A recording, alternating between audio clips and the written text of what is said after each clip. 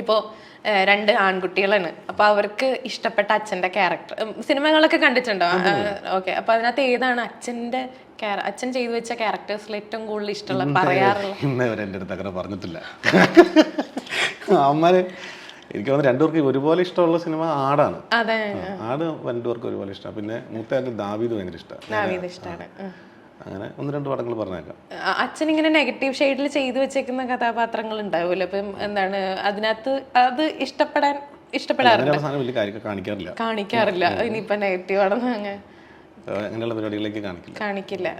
പോസിറ്റീവും കോമഡിയും പരിപാടികളും ഒന്നാമത് പടം ഇറങ്ങി കഴിയുമ്പോൾ ഇമാര് ചോദിക്കും, അതാണ് ഏറ്റവും സഹിക്കാൻ പറ്റില്ലാത്തത്.